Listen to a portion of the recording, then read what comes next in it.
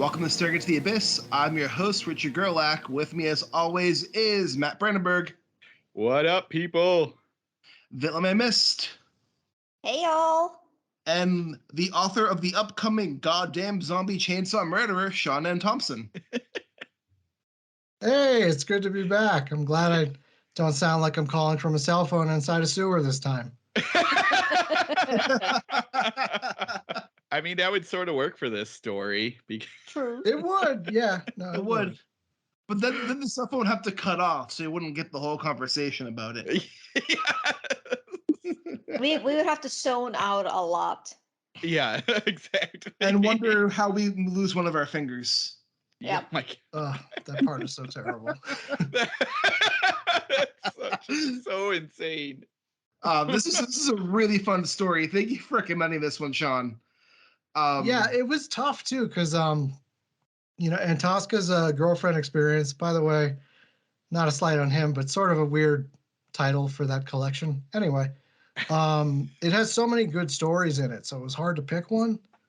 But this one, I just keep coming back to it because it's just like a kaiju story without the kaiju. Yeah. Oh, that's a great description. We should a good description. Migrations for everybody, by the way. Yeah. Yeah, sorry. Yeah. It's by Nick Antosca. It's in his collection, The Girlfriend Game, which you can get on Kindle Unlimited. Paperbacks are available as well. And honestly, I need to read more of his fiction because this was great. The Quiet Boy was great. I know he's kind of moved on to TV stuff now, but yeah, that was my thing. Is I started with him with the Channel Zero series. Same here. I loved all of that, and I didn't even really. I mean, I guess I sort of knew he had done prose before, but I hadn't really checked any of it out. Yeah. And yeah, so I just, on a whim started reading some of it. I think Quiet Boy was the first one I did. And yeah, he's great. Yeah, that was the first one. And I mean, this is for listeners, the Wayback Machine. I think we did Quiet Boy, man, right before COVID. So way long time ago. Quiet Boy before COVID hit and when Antlers was about to come out. Yeah. Because we were excited about seeing Antlers, and that movie was. Didn't it take 2 years for that to come out? Yeah. Yeah. It was not worth a 2-year wait, in my opinion. Nope. But It wasn't. But The Quiet Boy is still a really good story. It is. I was sort of bummed out they excised a lot of the interesting stuff from the story. Did he have? I can't remember if we even asked at that time, and I haven't seen Antlers, but did he have anything to do with it? I think he co-wrote the screenplay. Okay. He did? I'm not sure. It might have also just been adapted from, and I'm just blanking on that. Yeah. The screenplay was by C. Henry Chasen, Nick Antosca, and Scott Cooper. And Scott Cooper also directed it. I wonder if that's one of those they're saying he did, and maybe he got to look at it a one pass. Yeah. Well, it's also once the script is done and it's in the hands of the director, it can become something completely different. Right, because the director sort of has carte blanche to more or less rewrite all of it as they go. So. Mm-hmm. Yes. Because I watched Antlers and I was really excited when I saw a trailer and everything about it was so intriguing. But then you watched it and you're like, it had so much potential. But I actually fell asleep on it. Oh, no. Honestly, I loved how the creature was how it was handled. Not handled. That's not a good word.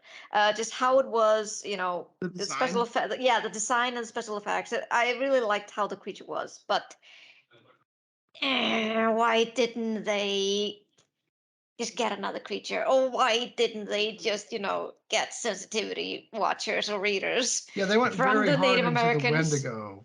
Mm-hmm. Yeah. And the story itself never says the word Wendigo. Yeah. Yeah. And in the story you can infer it's a Wendigo, but it could also be something else. He never fully says. And I think that's a more effective way to go about it. Yeah, because don't they come back from the dead, sort of? Yeah. Yeah. Yeah, because that's like, yeah, if I remember the story part, it's like, yeah, the kid, and yeah, it's it's his dad, and I think his brother that are sort of back from the dead, and they were like in the basement. But yeah, I don't remember any Wendigo stuff from that. So when you guys were bringing that up when you had seen it, I was just like, oh, that's interesting take. I mean, yeah, you can also, like you said, it infers that it could be another being because according to Wendigo legend, it's just a spirit that possesses you. So Yeah. you don't die from it or anything like that. It's not like a contagion or zombie virus or anything like that. Yeah. Exactly. Anyways, I mean, we can turn this into like a antler. Yeah, I don't want this to just be the Random shit on random antlers. okay? Episode. but no, like Nick Antosca, like if you're a fan of Channel Zero, or if you saw brand new cherry flavor on Netflix and want some more kittens, you can check out his fiction. And I think like his fiction's really good. I want to see more of him, like more of him visually, because brand new cherry flavor, well, it wasn't really horror. That was also very like effective, I felt. It was weird horror. I would describe it as weird horror. It was bizarre. I think Yeah, it was sort of like transgressive and horror. yeah.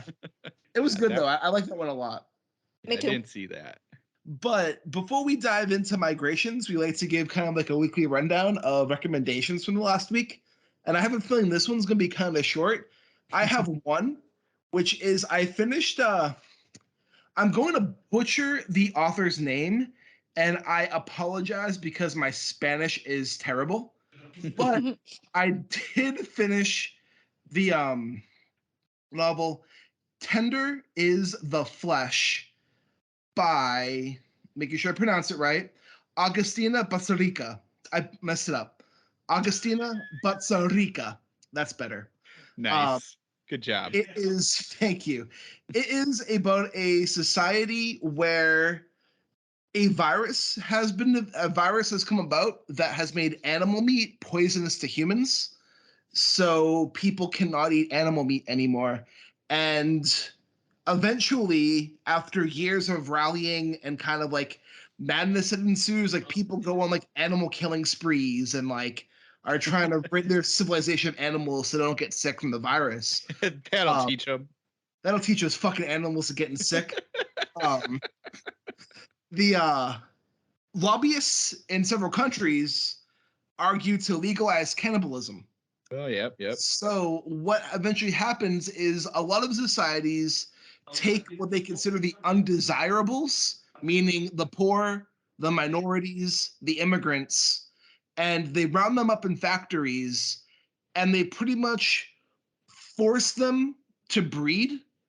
Oh And my then they God. take their children and they use their children to become the new cattle, essentially. Oh, God. This Mm. sounds tough. And it takes place several decades after all this has happened. And it follows our main character, Marcos, who is a manager at a slaughterhouse. Oh, no. And before the novel starts, his wife has left him after their son died. And his father suffers from dementia.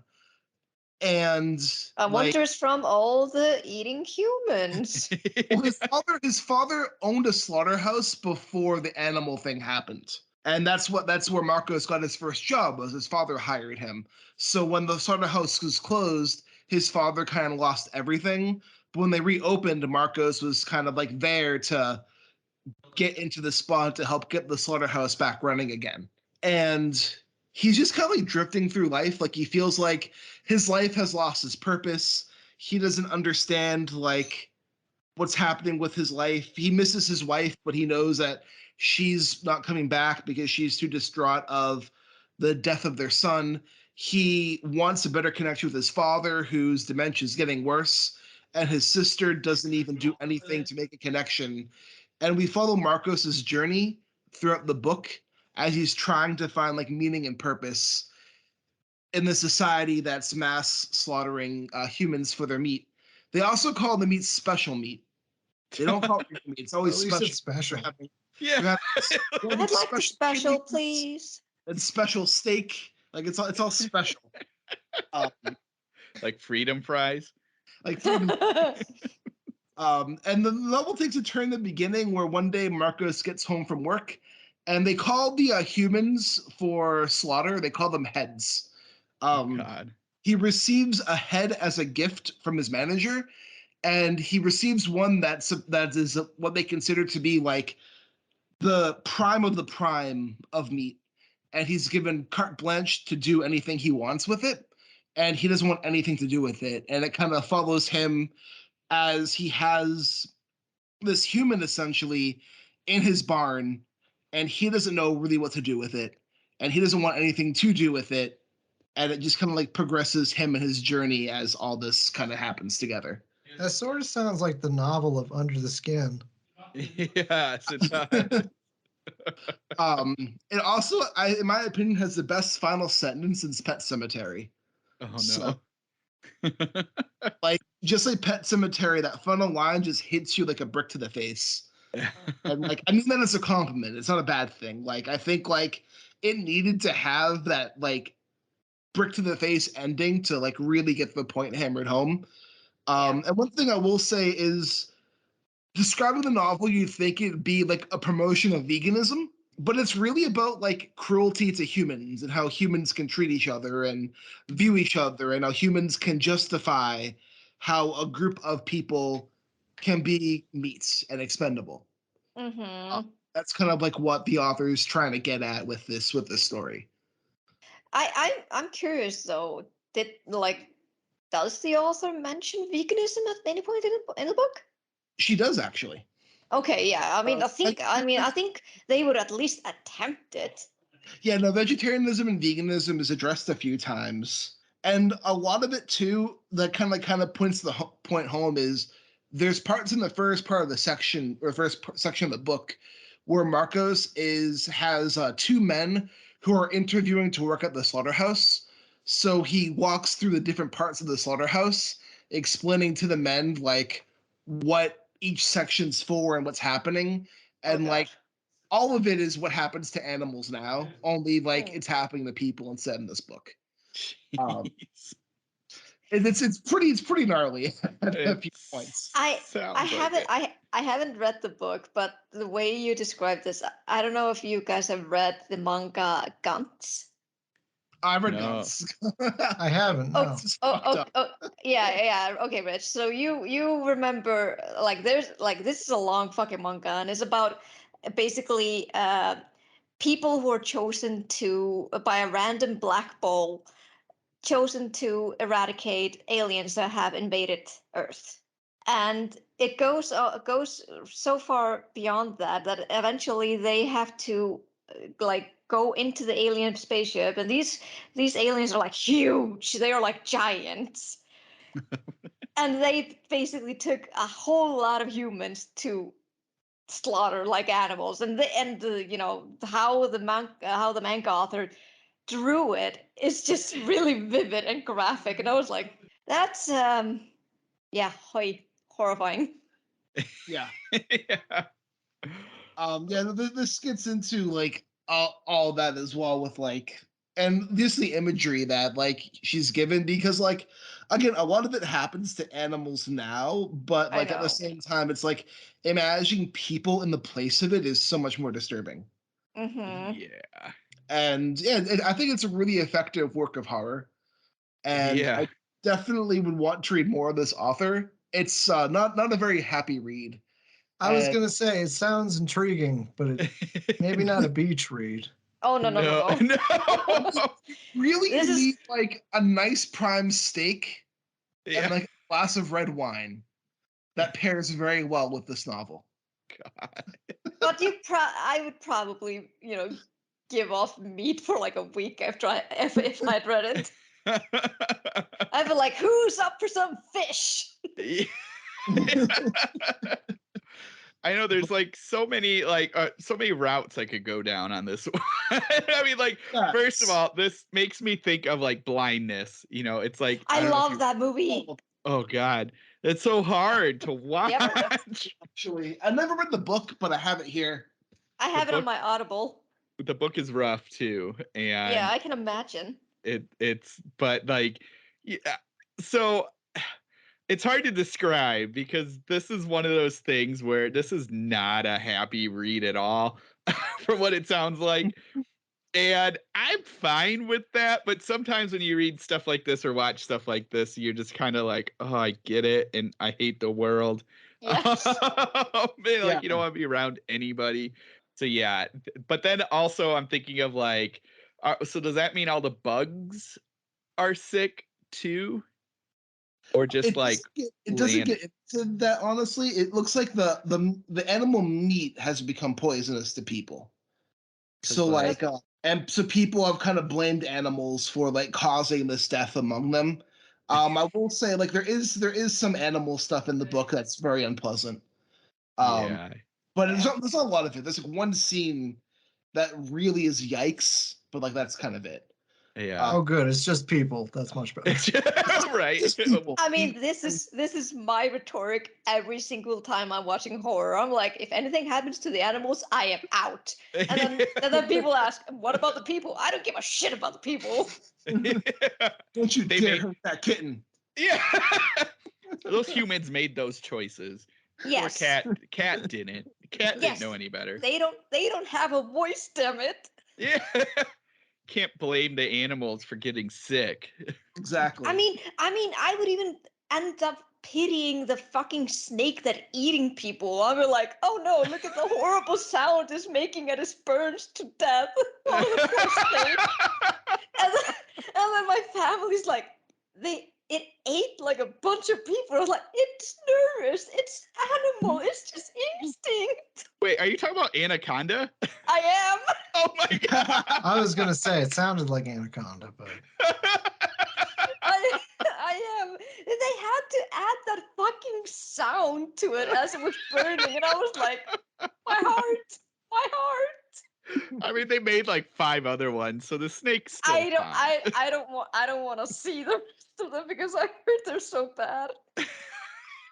Just a bad. I mean, the first one is bad, but it's a guilty Right. pleasure bad. Yeah, I mean, you can't go wrong with Jon Voight's accent in that movie. Yes. whatever he's Or trying. Ice It's like Cube. Yeah. Louisiana. Right? Something. Yeah, I know. You got iced tea in there, or Ice Cube. No, Ice Cube. Ice Cube, Not Ice yeah. Cube. Yeah, Ice Cube's in there. And Jennifer Lopez and Owen Wilson. Oh, it's a I classic. forgot Owen Wilson was in that. Yeah, right. Wow. And then you get the fish that goes into the urethra. I mean, this movie is a gold mine, you know. Oh, Bottom line is always root with the animals, never the people. I will say though, I do highly recommend reading Tender is the Flesh. It takes a turn in the halfway point that I think makes it a bit more disturbing. But I'm kind of happy it did take that turn because it made the novel stand out that much more for me. But yeah, Matt, what about you? I am still reading Citadel of Fear, which was this pulp horror novel from like I last week kept saying 1920s. It actually came out in like 1913. Gertrude Barrows, who wrote it under Francis Stevens, and this is. I think last week when I was describing it, we were talking about like we get a lot of these Aztec, but not really Aztec people, and their reason I kind of couldn't figure out is so they're very white. They are described as very white people. I found a paperback of Citadel of Fear that describes it as Lost World, Lost Race classics. Yeah. Yeah, no. I could see that because like yikes. Again, it's like back then, and Lovecraft loved it, but maybe I don't know if Lovecraft knew it was a female that wrote it or if he did. He probably would hate it if he found that out. But like he touted this book. But what's funny is so to like that move that story along, they eventually get out of this Aztec world and now they're just in, I don't know, somewhere in America, and our main character, who again I described last week as a very Irishman named Boots, and he has his sister who has a very similar, like his actual name is Colin, but everyone calls him Boots for some reason. And I didn't realize when I was describing it, he's been on all these adventures in in this world. He's like a treasure hunter, and I didn't realize he was only 20. The way they made it seem like he'd spent years across the earth hunting treasure, and so I was a little in like, 1913, being 20 was probably like being 40. So True. But yeah, the way you described him, I've like pictured him Yeah. like, Indiana Jones, like 40s or something. That's what I did. And like when they move ahead, it's just this like what I'm going to put in quote seamless time jump to 15 years later. But he's still as wily as ever. And his sister also, again, this is 1910s. So the stereotypes are abundant in this because the sister, also Irish, has quite the Irish temper. At one point is like throwing this huge like fit and all this stuff, and the way it's described is just, I mean, it's a little cringeworthy when you're describing an Irishman and their temper. You're just like, okay, this isn't how all people are. But it's just so crazy. At one point, Boots gets attacked by like this giant ape thing, and he's super tough, so he can break the ape's arm and then chase it for miles running and all this stuff. So this book is bonkers. But it's been a ton of fun, and I've been enjoying it greatly.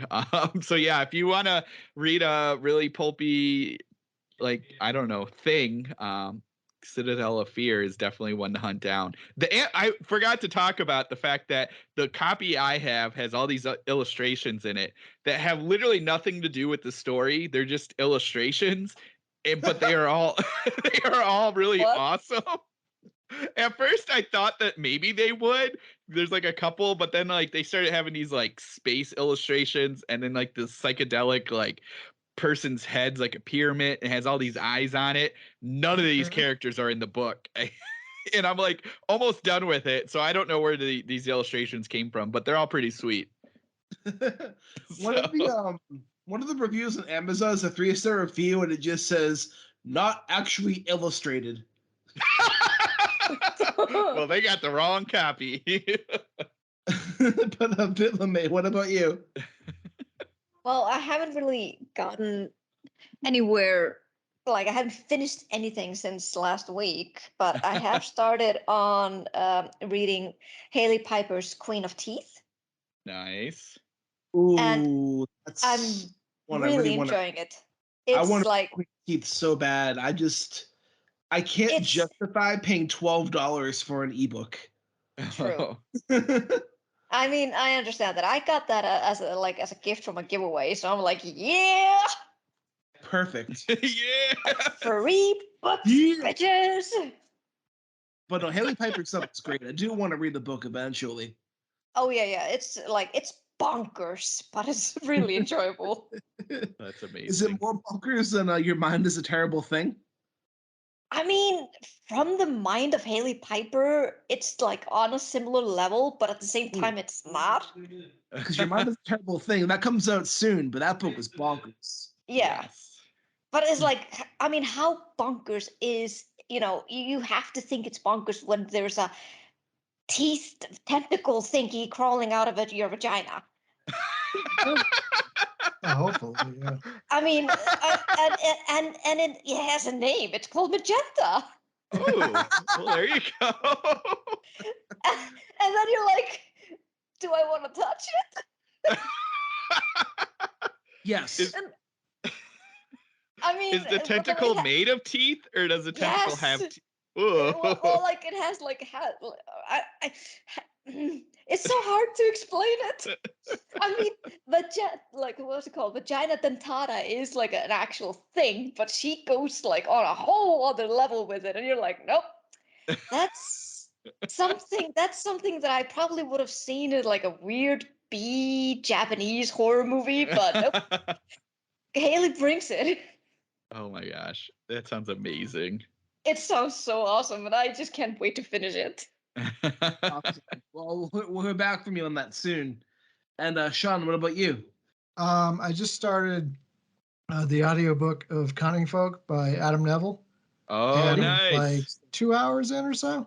It's pretty good so far. I just finished The Ritual as well, the audiobook. I'd put that off because I liked it when I started with someone, do like their lesser known books first and then move towards their more well known stuff. But yeah, obviously The Ritual's great.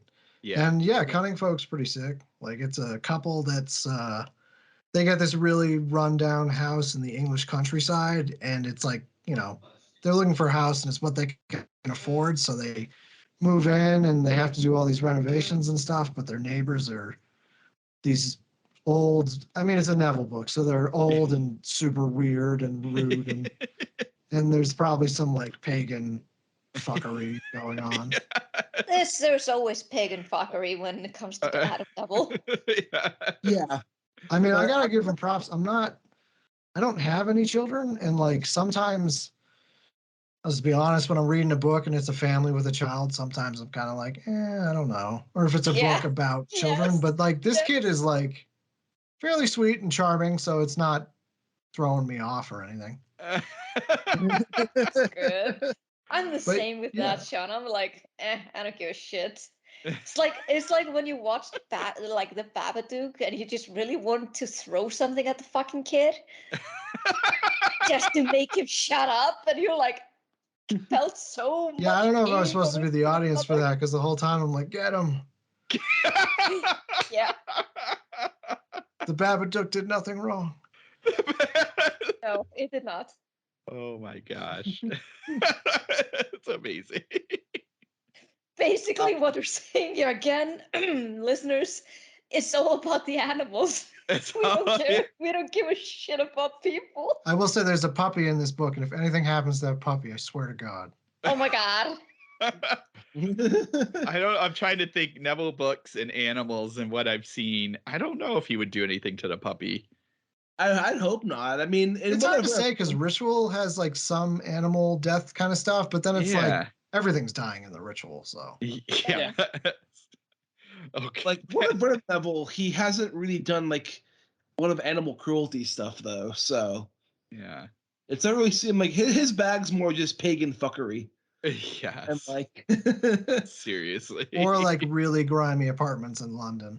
Oh god. Oh god. I love that story, but it's so fucked up. That was so gross. That I can't remember the friend that stayed there and the description of this like dirty person. It was just we did a podcast on that story. Yeah. I mean, I was referring to No One Gets Out Alive, but he's got a couple like that. Yeah. Well, It's Alive is the novel that he took, like the antagonist from that novel is from a short story he did. Oh, okay. Yeah, I can't remember what it was called, but I mean, it was basically this. Yeah. I mean, having lived in some real like dumpy apartments, yeah, I related. Yeah. Right. But one last thing I will say about this is a slight spoiler, but I'm going to keep it vague. The new Moon Knight episode is out, and there is some animals in the episode, but there's no animal cruelty. Okay. But there's a nice surprise by the end of the episode. I'm gonna keep it vague because I don't want to spoil it because I think I'm the only one who's watched it. But if you've read the Jeff Lemire run of the comics, this new episode takes a lot of influence from that. Oh, interesting. Which I think is one of the best Moon Knight runs that's happened in the comic form. I'm excited to see what would happen, and my theory from the last episode, I think, is coming to fruition. But we'll have to find out next episode. Oh, I don't think I told you my theory, did I, Matt?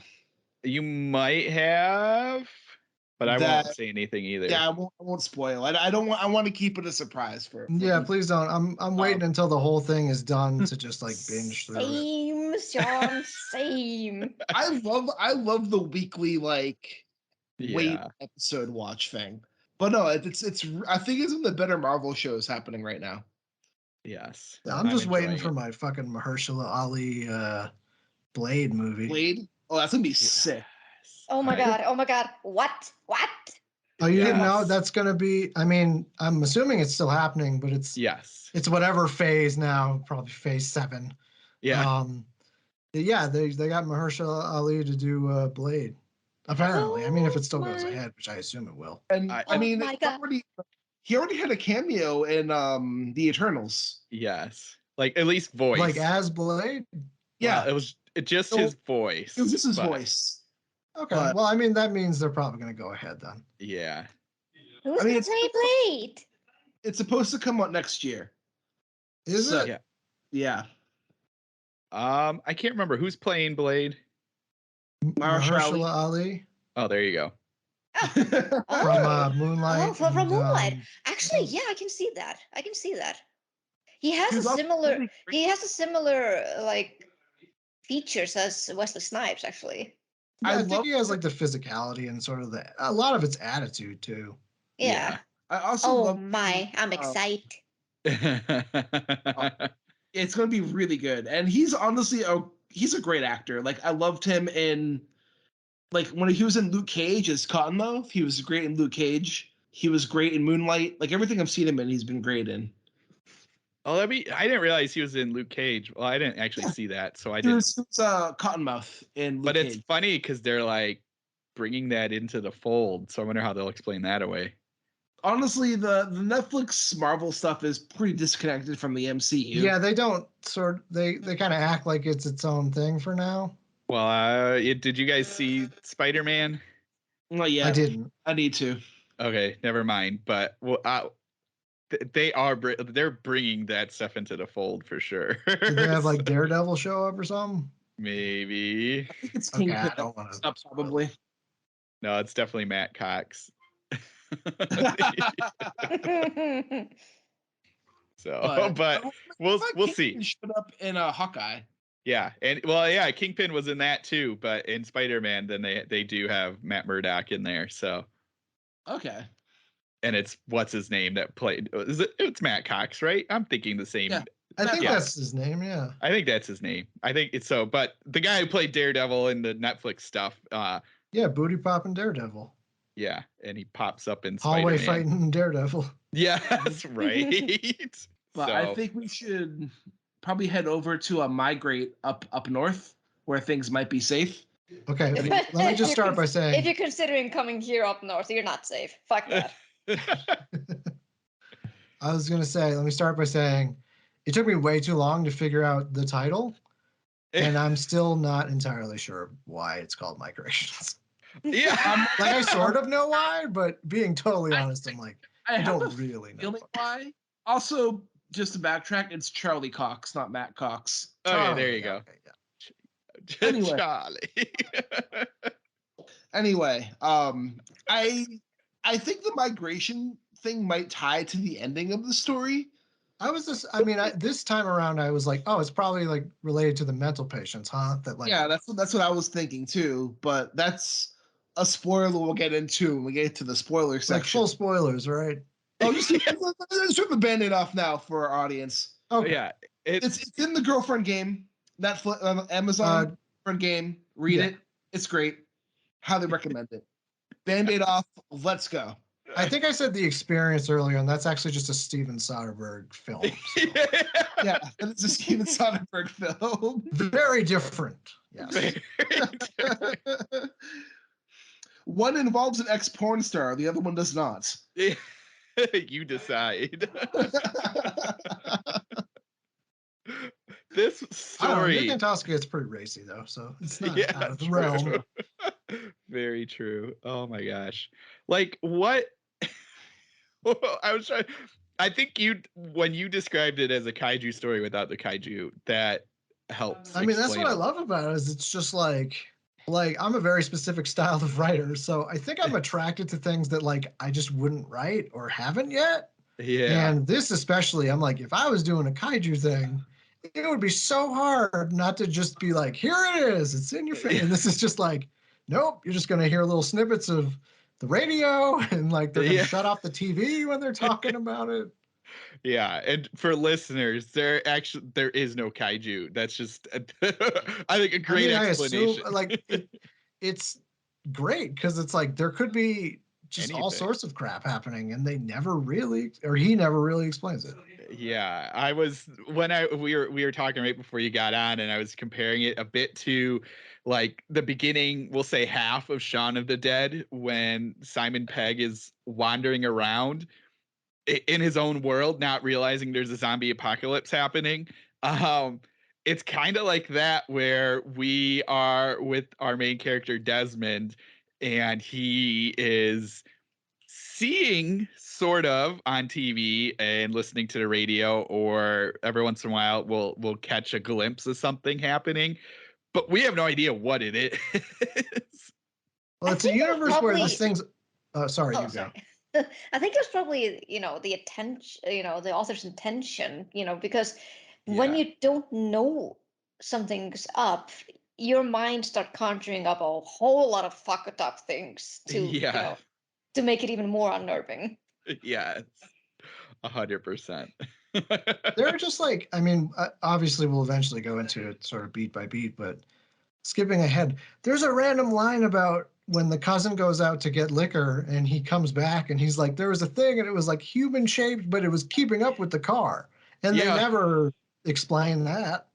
Right? Or like I feel like there was a part when they hit what they thought was a bear, but then they weren't sure if it was a bear, and then it like I can't remember exactly, it like disappears or it runs away before they can, or no, they get in the car because they didn't want to mess with it. But same thing. That's what, so like random thought process. I was wondering if it had something to do with animals, because they talked about the dog at the very beginning going crazy and biting our main I mean, I didn't character's even think pinky about off. that. It could be, yeah, it could be some weird mutation with the animals. Maybe they're all sick and we can't eat them anymore. But there's a line about a growling coming from the sky, which I think is Yeah. implying there's some sort of weird monster. Yes. Yeah. Yeah. 'Cause I can't think of anything that would growl from the sky that's currently alive.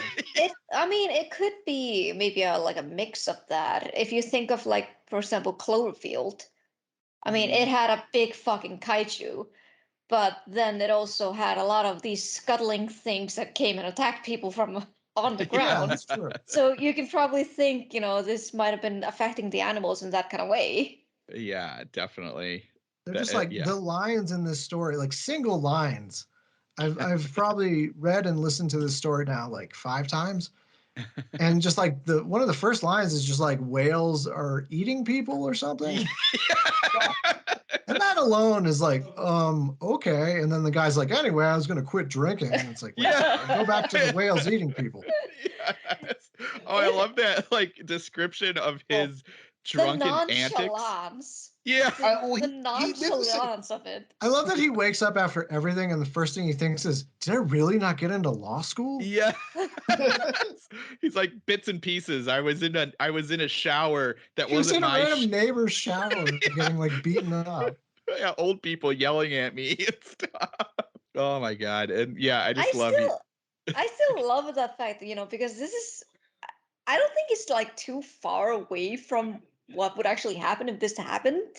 Yeah. I think there would be a lot of people who would still be, like you described, Matt, with the Shaun of the Dead, just be still in their world and not really knowing what's happening around them until, it just gets. I mean, them we've seen this straight with in the like face. COVID. People are, Yeah. Exactly. I think that I love that just shows, and like thinking about, because again, I've only read this and Quiet Boy, but then I've seen Channel Zero and stuff, and like his ability to kind of like twist something and do it, because the main crux of the story is about Desmond and his dad and trying to get back together with him. So that's the main I crux. like that what he does is sort of, it's like a George Saunders or like a Kelly Link kind of a thing where like he uses genre to do like very literary things and almost has it more of like as like spice. Yeah. Yes. Mm-hmm. Yeah, I think that Because like Kelly Link will have stories about like a superhero convention, but then the actual story is about this teenage girl that's trying to meet up with some random guy she met off the internet. Right. Yeah. Or and in I case think, of George Saunders, they're doing an adaptation, but something like Spider Skull Island. I don't know if I'm saying that right, but it's basically this island where people go to take this experimental kind of drug, and it's like the actual plot is like human emotions and like what is love, but like the backdrop is like this weird island where people are forced to take this drug. Really? I don't think I've ever heard of that. I'll try to link. I mean, they're making it. I think they're doing it as a Netflix film later in the year. So. Huh. George Saunders is amazing. Like he's one of, I think, the greatest short story writers. I mean, I have to admit, I was one of those people that for years was like, I don't read literary fiction. I hate that. Why would you do that? And then I finally was like, read some of it and was like, oh, okay, so some of it's actually decent. Yeah, right. You're like, all right, I guess this is good. Some of it. I will emphasize I only read some. Yeah. You can only spend so long on like a couples breakdown. Yeah, my joke is just like, if I wanted to read a divorced New York professor, yeah, I'm all right. Yeah, exactly. It's like I can only do that for so long. Give me something weird happening in the background. Right, give me some kaijus in the background, and then I'm there. Give me a weird little hunchback that might be real. That's stupid. Oh my god. Because yes, for the listeners, there's a lot going on in this story. Yeah. Our main character's father is suffering, I think, from dementia, because, well, and the reason I say think, and I'm open to interpretation on this, is because the doctors and the uncle's like, well, he keeps talking to this Oswald, and we find out a little bit later in the story that Oswald's, in quotes, an imaginary friend that Desmond's father washes and talks to all the time and is always focused on him. But then at one point, Desmond sees Oswald, and Oswald happens to be holding his pinky finger. I think it's supposed. I mean, I thought that was a dream, but this story is so hard to tell. Well, yeah, because I and that's where I'm like, oh, maybe it was a dream, because they kind of, the way he explains it, like he does say he fell asleep, but then he woke up, and then he's like, well, I kind of believe that maybe Oswald's real. I mean, I love the description that it sort of just looks like his dad, but like as a child. Yes. Well, even like, yeah, the description. Sorry, go on. No, it's okay. It's okay. I just thought like how it was described. I kind of had like schizophrenia. Yeah, Could be. yeah, because like that's what you kind of get from this hospital, is that a lot of the patients at one night they all escaped, and he tried to escape, but he fell and broke his ribs, and that's what kind of brings Desmond to see his dad, because all he really wanted to do, I guess, to get back to the beginning of the story, was he wasn't supposed to have a dog at this apartment. He lost he didn't get into any of the law schools he wanted to, and he's missing his pinky finger, and the apartment is like, you can't have a dog, we're kicking you out. So he thinks he's going to go stay with his uncle, and his uncle's like, well, wait, did you hear about your dad? And then he's like, no. And then that's when we find out, like, oh, the dad. And so anyway, when they go to that hospital, that's when you kind of realize, well, maybe it is like, dementia or schizophrenia, because they have him kind of tied up, and he keeps talking to Oswald, and he talks about, and this is maybe where the migration comes in too, because he also talks about the fact that he needs to, the father's like, oh, I need to leave. I can't be here anymore. And it's just. I mean, I think maybe also the title could also be explained, and we're going into spoiler territory here, because in the end, Desmond's father dies. Yeah. So the title could also lead to his father migrating to the other plane. Yeah, that's true. I mean, it's a possibility. Yeah, definitely. If we want to dissect the title, right? It's just so crazy, like just everything like that. The vision of this hospital is interesting, because you get, and again, to go into, we have no idea what's happening, is like one day the nurses and doctors are all there, then the next day nobody's there. Yeah. And like I just like, and they're gone crazy. Like the front desk, I guess, just all the papers are everywhere. Like they just. I guess I took it as the implication was like they were all there. They saw some super sketchy animals or monsters or something. We're like, oh fuck this, let's go. Yeah, that's and that's like it get.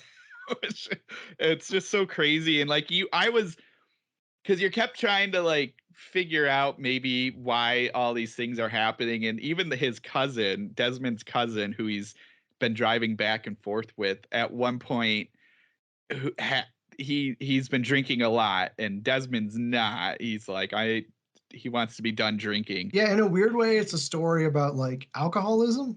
Yeah, that's what I was trying to figure out too. He put a lot in here because like there's alcohol in the house, but the cousin's like, well, no, I need to go get it. And then I think he even described like he went out, he came back and he said he couldn't find any, but then he's like, well, I'm going to go 2 hours away to get alcohol. And so I trying to figure out what's happening for a second. I was like, well, maybe it's like something that's getting in their heads, telling them to leave, and maybe the cousin has it now, but then the cousin does come back, so that blew that theory out. I mean, I also there's what I love about the story is there's like 5 different things going on where like another writer, like the story would be one of those things. Yeah. and Tosca was like, what if I just put all of them in one story and it somehow worked? Yeah, that's like it's about like the worst story of alcoholism, because it's like, imagine you're trying to quit drinking when like the world is literally like falling apart and the seasons are speeding up and like whales are eating people. Yeah. And you're just like, I just gotta stay sober, but it's like, but to what end? Like, right. Honestly, if that was me, it'd just be like I picked the wrong time to quit drinking. Yeah. That's sort of what the whole story is about. It's like, yeah. It's crazy because it's like, I don't know how many pages the story is, because on Kindle, measured a little differently. But I assume it was like around 30 to 50. Yeah, and the reason I was bringing it up is because it has so much in it, but it's sort of all resolves, or at least to the point where you don't know what the big thing is happening, but you at least get some sort of like, okay, well, him and his dad figure them out, and then the very end he decides to not be an alcoholic anymore, or to come back to be an alcoholic. Yeah, to come back to alcoholism, and so he just it's like you said, he took all these different ideas and he made it work, and he made it work well, because anyone else, this would have been a mess, and you would have been like, I wait. mean, my theory was it was some sort of alien interference. Because it's like the seasons are randomly, like there's one line about the trees, like, are like the leaves are changing, and they're like, that's not supposed to happen yet. Yes. And then they're talking about winter storms, and they're like, I assumed it was like spring, and they're like, what? Or maybe summer. And then there's like a line about what else is there?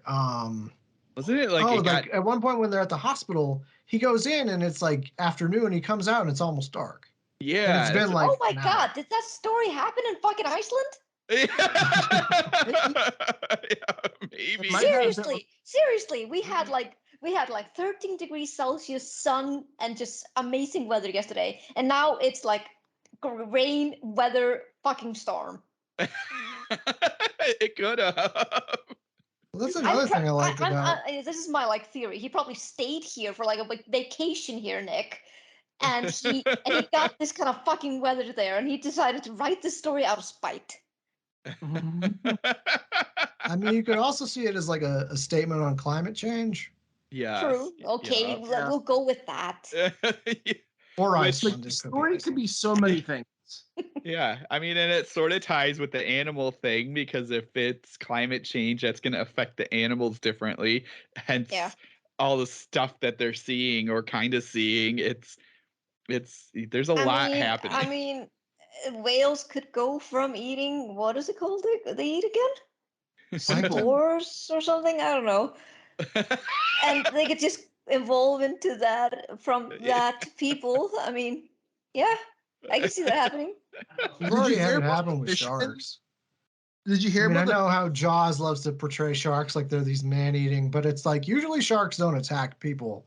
But Yeah. now that like they're getting pushed closer and closer to the shores, and like the waters are heating up and their migration Yeah. patterns are changing because they're following the seals. Like Mhm. on Cape Cod, like there's like a new person a year that gets like attacked by a great white now. Did Yeah, you hear yeah. about- Maybe not every year, but there's enough that I would not swim in the waters of Cape Cod anymore. Yeah. Did you hear about the guy this summer or last year that was a fisherman in Cape Cod that got eaten by a whale? I didn't. Yeah, he was going down to get the lobster cages to pick up the lobsters, the lobster traps, and next thing he knew, he was inside the mouth of a whale. Oh my What? Wait, did he Like, live? the whale spit him out. Oh, The whale- he ended up being like Pinocchio, just living in a whale. He was hospitalized for like a week after. He probably Nice. had to go like he probably had like pressure sickness or whatever it's called. Yeah. You know, he was like I was down there trying to get lobster traps, and I felt this really tight pressure around me, and it was kind of rubbery, and I realized that I was in the mouth of a whale. God, that's Holy horrifying. shit. Spit him out. Oh, that's like what one of my like, and we even I think we talked about when Laura Hightower was on, but like that and even talking about like Anaconda, that concept of like being eaten or at least swallowed whole, so you're like in the Mhm. body of this thing. Oh, that's horrifying. Yep. But anyway, I to get like back to this, I think we've sort of like skirted around it. But the one thing I also liked was the fact that neither care. So Desmond and his cousin at points don't even care what's happening. Or like the way they respond to things, because I think you even talked about that, Sean, about it getting dark, and they're like, "Why is it dark?" And I'm looking they're more at it. just annoyed. They're like, what the Yeah, fuck? they're like, "Who They're not cares?" scared. They're like, this is annoying. Yeah, just like This just is every like time, it's just Common so funny. human behavior. Yeah, he's like on the phone and he's talking to his uncle, and his uncle's like, "Well, did you hear about everything?" He's like, "No, I need a place to live," and it's just so funny, like that idea of this giant thing happening and being annoyed because all your little stuff needs to be taken care of. Well, I mean, Your it's like my favorite freedoms have type of been taken. Yeah.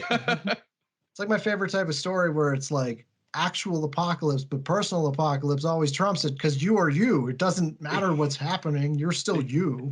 Exactly. Like Yeah. it doesn't matter if You're the sun is like burning out of the sky or whatever. If you just got divorced, that's all you're thinking about. Yeah. it's also Uh, it's like even if the world is ending, it doesn't mean that your personal shit's stopping. Yeah, exactly. Like your personal shit's still gonna go on no matter what the condition of the world is, and that's gonna be more important to you than whatever's happening around you. I know. See, also, I'm still trying to have a writing career going while the world is in flames. Yep. Oh my gosh. It's I'm like, hey, I know millions of people have died, but maybe buy my book.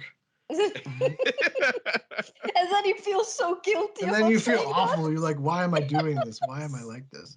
Why am I Yes. like this? You'll need something to do when the power's all out. Yep. Something to read. I don't know. This is just a really great short story. Like, I mean, at the heart of it, it's just a man who's battling alcoholism who's dealing with the death of his father. Yeah. It's just around it is all this insane shit. Yeah. That Which- and I just love that he just teases us with it. He's like, "Oh yeah, it's just there, but focus on Well, it's so the smart human to have it behavior." already have been happening, so people are just sick of hearing about it. Yeah. Because like if we had been there when it first started, that's when you get the information. But like, yeah, if this has been happening for a year, you would be like, oh God, is that on the radio again? Like, Mhm. Yeah. Oh my gosh. You know what's funny is just the way he not even this one, but and maybe I because I haven't read all of this. Is that because that seems like his style? Because I was thinking of oh, like, dude, there's one story in here, and I was so tempted to bring it up, but it's like these aliens come down, but they're like, for some reason, like irresistible. Like people just want to fuck them so bad. And it's literally about this guy whose girlfriend like goes off and has sex with this alien. And then the implication is they might like get them again and then kill them or something. But like the crux of it is just like everyone wants to fuck these aliens for some reason. And it's just so entertaining. It's like, I haven't seen this before. Oh my god, that because like I would like my It gives the probing a whole new meaning. Heyo. Mine won't be as fun as that, but I was thinking of like in No End House. It's interesting because it's you like you have that idea of them in this house and then them coming out, but like it almost felt like the bigger story was between, and I can't remember any of the names, but the daughter and the father who's dead but then comes back because of the No End House. Just and that's the similar thing here where you have a bigger thing happening, but then we're focused on this little story and just sort of ignoring the fact that this like creepy house can kind of contain all these things and all this memory eating and everything like that. Well, that's like season 4 is my favorite because it's the crux of it is it's just a couple going through issues and like, you know, infidelity and all that stuff. It's just there also happens to be a weird pretzel man and doors that pop out of nowhere. I just found out that Nick has a new TV show coming out on Peacock. Oh, Peacock. Dang it. Peacock! He's been producing stuff. Like he did I think he produced The Act, which was he's done some like true crime stuff. Like he did The Act, and now The Act. Candy, I think, is the next one that's coming out. That's like based on a real series of murders, I think. Oh, weird. But I think he just produced that. I don't know if he wrote any of it. He has produced it. He's the showrunner and writer for a show called Friend of the Family, where it says it follows Robert Berchholz, a friend of the Broberg family who kidnaps Jan Broberg multiple times over the years. Wait, is this about what I think it's about? There was like a documentary about, I think, this family on Netflix. Oh yeah, I don't remember. Maybe. Oh shit, that's gonna be wild. Okay, that's what this next thing is. Oh my gosh. Like he does have a couple kind of crime stories in the Girlfriend Game. There's one that I almost wanted to cover, where it's just this man who's his teenage sister was killed back when they were teenagers by his like best friend, and it's like years later, and like his life is a wreck, and like this guy's like, I think he's finally getting out of the mental institution or something. And this guy's, it's the whole story. The plan is the guy's going to go and he's going to pick him up and then he's going to kill him. And it's like, it's longer. I feel like it's probably a novelette, but it's just about how like when he meets the guy, it's like he wants to kill him, but like he almost can't because he's so pathetic. And then he does try to kill him. The guy runs off into the woods. And I don't want to say more because I don't want to spoil it, but. That sounds amazing. Like it's not funny is the thing. Like it's very I know it might sound funnier the way I say it, but like it's super heavy. I'll have to check that one out. I have the collection on my Kindle, so I should definitely I think the title of it's like Winter, maybe Winter Came Early, or I don't know, The Winter or something. Awesome. Yeah. Does he is this his only like collection? Does he have anything else? This is the only collection he has that I know of. He has a I think it's a novel that was from Lazy Fascists called The Obese. Oh no. Which I think is just like a plague of obesity, but I'm not entirely sure. Oh no. It's described as the birds with obese people. Oh no. So I mean, maybe not all of his stuff will hold up to adaptation, but yeah. That's but he has what is it called? I think Midnight Picnic is another novella he has that I really liked. Okay. And I mean, I think to the best of my knowledge, I think that's all he has out, but he might have more stuff. But it was all like from 10 years ago is the thing. Yeah. Gotcha. Yeah. Now TV. Yeah, that's what it seems like. But I'm intrigued enough that this might have to be my next collection I read because this was fun and just thinking about his other stuff. So I mean, the audiobook is great. The book is great. It's awesome. Does he read the audiobook? No, it's just it's actually a bunch of narrators. There's like it's weird. He's almost like he does some sort of Chuck Palahniuk kind of stuff in some of the stories. Like they're not really horror. Like there's one where this woman, she just looks younger. Like that's just her kind of look. And so she gets hired by one of those like To Catch a Predator type shows to be like the bait. Yeah. And like it's about her doing that, and then like how weird she feels for doing that as a job, and then it's like she starts wondering about her boyfriend, like is he dating me because he thinks I look like younger, and Wow. so there's like heavy weird psychosexual shit like that too. I see. But then there's also stuff like The Thickness of Clown Blood, which is like that it's like a title funeral alone. and then the girl finds out her uncle was a clown or something. And then like these clowns come and they're like, once you're a clown, it's sort of like The Mob, but with clowns. Oh my god. Like once you're part of the family, you're always a clown. We take care of our own type of a thing. It's amazing. Well, I want to thank you for picking this story, Sean. Yeah, no problem. For taking the time to come back on Abyss. Oh, I mean, whatever. I have one question for you. Yes. When does goddamn zombie chainsaw murderer come out? I'm so tempted to just say never. Like part of me thinks that'd be a better gag just to make a fake book and never release it. But no, it's a real novel. Like I sent it to Rich, so it is a real novel. I mean, unfortunately, since I am the press runner and chief editor, that means I'm my own boss. So hopefully it comes out in June. But the thing is, when you are the boss, it's sometimes you have lazy days and there's no one to be like, hey, fucking do it. Because that's just you. That's just you. But I'm like 15,000 from being done with the second pass edits. I finally had someone read it and they liked it, which was good because the time before anyone reads a book is like the scariest time because you're like, what if this is fucking awful? Yeah. So I finally got at least one person who doesn't think it's awful. So I'm like, good enough. That's awesome. But yeah, it's a 90s slasher with like heavy surrealist, absurdist elements. Like there's a bunch of shroom taking. There's a sexy witch. There's obviously a zombie with a chainsaw. That like, that's not a bait and switch. That's in it. And it all takes place on an island off of Lake George in 1996. So there's a bunch of terrible 90s music references and some terrible film references as well. Amazing. Nice. And where can our listeners get in touch with you? You can't. No. Let me see here.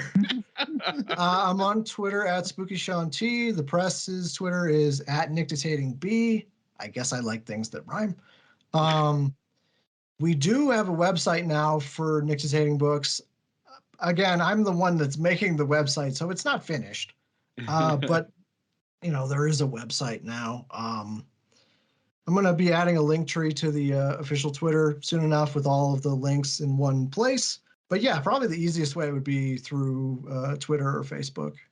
And of course, I got to mention Paula D. Ash's We Are Here to Hurt Each Other, which people really love, and it's sold really well, which is always nice. Right. That is a great collection. It is. It's heavy, but like it's good. It has teeth. It does. There's lots of teeth. I've been joking that the first three, print and ebook releases from Nick Dictating, it's just the fucked up face trilogy. Because it's like screaming creatures with like the big mouth that's cracking open. And then you got House of Blood and Teeth, which is like a fucked up sort of face that's like kind of rotty with like the house overlaid on it. And then you got We're Here to Hurt Each Other, which is the man with the face of teeth. He shows up a few times in that collection. What's that? He shows up a few times in that collection. Yeah, he shows up a couple of times. Yeah, he's yeah. fun. And Vit LeMay, where can listeners get in touch with you? They can get in touch with me on Twitter at VitLeMayS. And Matt? I am on Twitter at BrandenburgDM. And you can follow me on Twitter at Rudy53088 and be sure to give Staring to the Abyss a follow with @IntoStaring. And this is Richard Gerlach saying keep staring.